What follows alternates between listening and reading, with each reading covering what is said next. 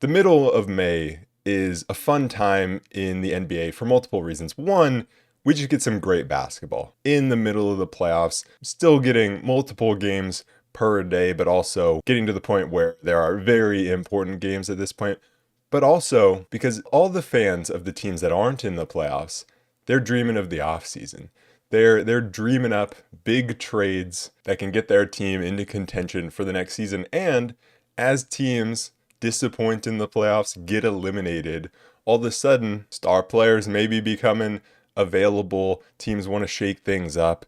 Giannis gets eliminated in the first round with the Bucks. Now, all of a sudden, maybe he wants to get traded. So it's a time where fans of teams that are eliminated, they just got time. So they're creating trade proposals. So I thought it'd be fun to hop on Fanspo and look at some of these trade proposals that involve the Kings, see what people are cooking up, see if we can find maybe some realistic trades, maybe some not realistic trades, but that are still fun. Because people create some interesting trades on Fanspo, so I thought it'd be fun to go through them. Starting off, we got this Kevin Durant to the Kings trade, because Kevin Durant is one of those stars that seems to be likely moved in this upcoming offseason.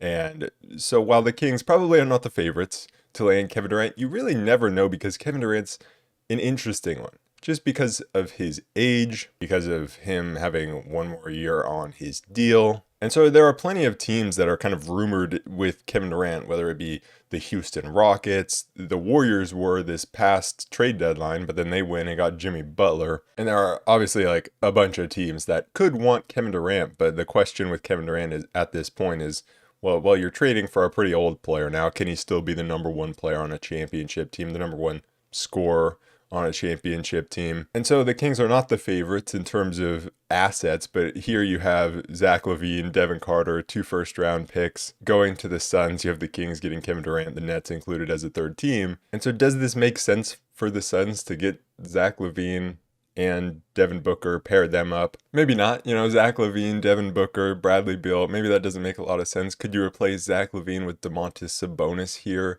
if the Suns want to pair Booker and Sabonis? Obviously very unlikely, but it would be super fun to have Kevin Durant on the Kings, even if that wouldn't mean a championship for the Kings or championship contention, but having him on the court would be super fun. Off the court, he's a hilarious guy, so that would be very fun. And it is interesting to see who wants Kevin Durant. Like, are the Rockets going to say, no, we're just going to run it back? Or do they want to go get Kevin Durant? If all these teams say, hey, we want to run it back, the Suns still want to trade Kevin Durant. So could the Kings somehow sneak in there and get him? It seems unlikely, but you never know. Moving on to the next trade here. We got a Kings-Pelicans trade. Zion Williamson, CJ McCollum, 2 firsts going to the Kings. And then DeMar DeRozan, Malik Monk, Jonas Valanciunas going back to the Pelicans, Devin Carter, couple seconds, couple firsts. Not really sure why they need to be swapping firsts like this. I don't know. But Zion Williamson, another star that's definitely in trade rumors, because the Pelicans, they gave up on Brandon Ingram, weren't willing to pay him. And so now the question is, do they want to keep paying Zion Williamson just with his injury history? Obviously, when he's healthy, he can be such a game changer. He can definitely be a number one type of guy. Are the Pelicans just kind of done with the Zion Williamson experience and want to move on? And a big question is, what is his value at that point, because other teams see his health history. But I absolutely think that if Zion's available, that's a guy I would love for the Kings to take a swing on, because while I feel like Zion's peak may not last very long, it feels like it's still coming.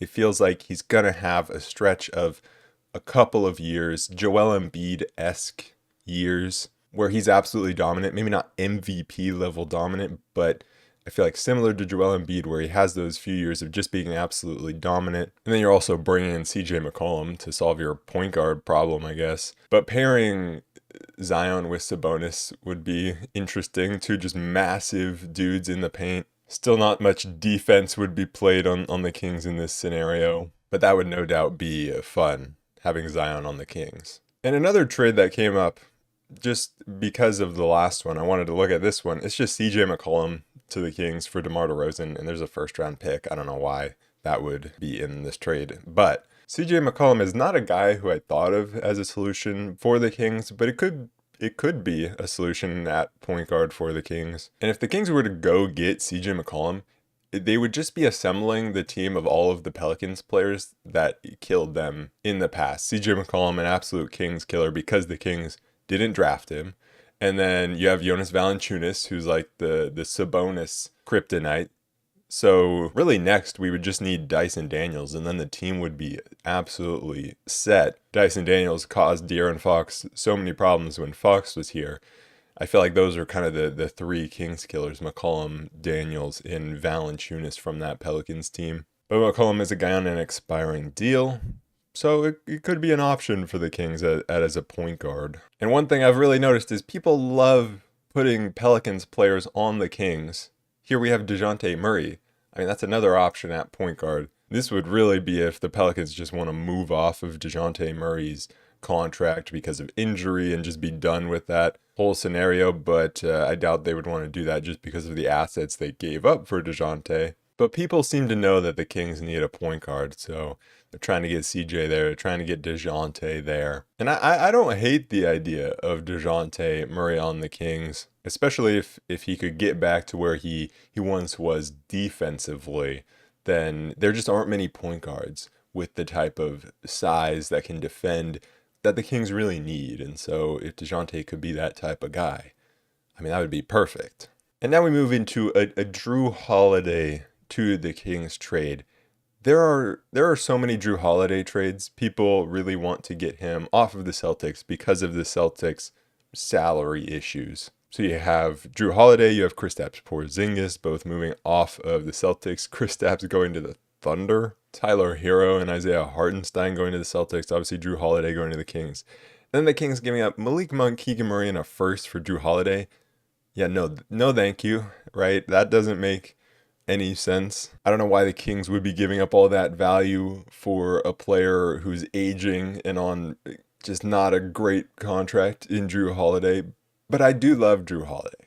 I feel like he's the absolute perfect guy for the Kings. When the whole Kings organization is talking about this identity that they want to establish, right? The defensive team first identity. I mean, Jrue Holiday is that guy. You need a point guard. You need a defensive guy. There you go. His contract is not fun. But man, I would love to have Jrue Holiday on the Kings. And you thought we were done with Jrue Holiday trades? Nope, this one just straight up Malik Monk and Jonas Valanciunas for Jrue Holiday. You thought we were done there? Nope. Jrue Holiday, Terrence Mann, Niang, Buffkin, a bunch of picks to the Kings. DeMar DeRozan, Jonas Valanciunas to the Celtics. Kristaps Porzingis, Malik Monk to the Hawks. These are all funny trades. Still not done. Another Jrue Holiday to the Kings. People really want Jrue Holiday to the Kings. DeMar DeRozan to the Mavericks. Got Gafford to the Celtics. See, this one actually makes the most sense just because it's really decreasing the Celtics salary. The Kings are getting Jrue Holiday and Caleb Martin, along with some picks. And the Mavericks are getting DeMar DeRozan. And the reason I say that this really makes sense is because it's the Mavericks who are getting scammed, and that feels like the most realistic in any trade. If you're going to scam a GM, it's probably going to be Nico Harrison. So that's why this makes the most sense. Another thing I've noticed, like people want a point guard on the Kings. That makes sense. They want Jrue Holiday to the Kings. Okay, that makes sense. Lakers fans really want Keon Ellis. That's just something I've noticed. This is not the only Keon Ellis to the Lakers trade I've come across when I'm scrolling through Jonas Valanciunas and Keon Ellis for Maxi Kleber. Like, come on, guys. What are we doing here? They really want Keon Ellis. You're not gonna get him, okay? Keon Ellis, right now, representing us in the draft lottery. I'm recording this the morning of the draft lottery, so none of these trades have anything to do with what happened in the lottery. But Keon Ellis, he's winning us a top 4 pick. Of course, we had to throw in a Giannis to the Kings trade. Zach LaVine, Keon Ellis, 3 first-round picks. My favorite part about this trade is how the picks are protected. As if it's like, you know what, the Bucks, if we unprotect these picks, the Bucks are getting a little too much in this trade, right? We got to protect those picks. It's like they're saying, you know, Giannis isn't worth that much. Definitely these picks have to be protected. It's like, in what world would these picks be protected in a Giannis trade? That would be insane. Here we get into the Domantas Sabonis trades, and I have heard the Trailblazers mentioned as a team that I don't think that there was actually any substance to the rumor, but just someone mentioned Sabonis to the Blazers as a possibility. So here, you get Sabonis to the Blazers done. Anthony Simons goes to the Magic. They get their scoring guard, and the Kings get Ayton, Anthony Black, Chris Murray, and a couple of first-round picks, one from the Blazers, one from the Magic. And of all of the crazy trades that you see on Fanspo, I don't hate this one because the Blazers aren't giving up too much. They're giving up Anthony Simons and a first round pick for Sabonis, and then Ayton. I don't think they're really valuing Ayton that much on that contract expiring deal. The Magic get their scoring guard, and I'm just trading Anthony Black and a first plus KCP, who underperformed for them. And then the Kings are getting their young player in Anthony Black and a couple of first round picks, along with still having a center. Maybe it's not perfect, but I would do it if I were the Kings. The other guy that has been rumored to ask out from the Kings, DeMar DeRozan, we have his trades. We got a Heat one. The Heat are always a team that are rumored with the stars, with the Kevin Durant's, the Giannis's. Obviously, they were rumored with Donovan Mitchell and Damian Lillard. They're always trying to trade for a star, but they're always just never getting it done. And so I can imagine that Heat fans would be not too happy if the star that they landed was DeMar DeRozan. But to be fair, it's not like they're giving up much in this trade. Duncan Robinson, Kyle Anderson, a couple of seconds. We got DeMar to the Bucks. This one is actually, it kind of makes sense if the Bucks are trying to keep Giannis and pair him with another scorer, because that's really what they need. DeMar becomes their new Chris Middleton offensively in a lot of ways, because the Bucks are actually just so restricted. So I didn't think there would really be any way to pull this off. But Bobby Portis, Pat Connaughton, Tyler Smith, like that could actually make sense if the Bucks are just like really desperate to get something done and go get another scorer to pair alongside Giannis, because they just have no other guys that can put the ball in the basket. But with Dame out, it does seem likely that they'll look to move off of Giannis, so this wouldn't really work then. We got DeMar to the Pistons in this trade. The Hornets get Tobias Harris, and the Kings are just getting a whole bunch of stuff. So I guess the Hornets want off of the Grant Williams contract. We also get Daquan Jeffries coming back to Sacramento a couple of seconds. I don't see why the Hornets would want Tobias Harris or giving up draft capital for him, but when you look at it from a Kings perspective, this is probably the type of value that you would get for DeMar DeRozan. Or a trade like this, where you just get Marcus Smart as your new point guard. He's on an expiring $21.5 million deal. And you get your defensive guy as a point guard. Another star player that could be on the move is Ja Morant. So the Kings, again, need a point guard. So let's get Ja Morant to the Kings. The Magic, they need a scoring guard. Let's get Zach LaVine to the Magic. That's something I've talked about before. I feel like the Magic are like the perfect destination for Zach LaVine. And then the Grizzlies are getting 3 first-round picks plus Malik Monk, Jonathan Isaac, Cole Anthony. And if I were the Grizzlies, I wouldn't be looking to move off Ja Morant. But if they are looking to move off Ja Morant, the Kings need to get in on that for sure. And I've also been a fan of Kentavious Caldwell-Pope. And I think he's going to bounce back from his poor shooting season last season. And so him on the Kings would be nice. Some of these trades are just so chaotic. Here you have Kuzma finally landing with the Kings along with Pat Connaughton and a first. And then you get Jonathan Kuminga in a sign-in trade. You get Kevon Looney. DeMar and LaRavia are going to the Bucks. Warriors are getting Valanciunas a second, Keon Ellis, and they're just signing Gary Payton. I don't know why the Gary Payton part needed to be included if he's just their own free agent, but all right. This would be like the worst type of trade for the Kings, because you're moving off Keon Ellis and Jake LaRavia, your two like defensive guys, and then you're bringing in Kyle Kuzma, who was just horrendous for the Bucks in the playoffs and has been horrendous for the Wizards. Keep that guy away from my team, please. Jonathan Kuminga is an interesting player, because he's had his moments in these playoffs with the Warriors, but then he's also definitely had some rough patches. Still a very young player. He definitely has his moments offensively. He can be an off-ball player despite not being a shooter. He's a good cutter. uses that athleticism to finish around the rim and get into the dunker spot.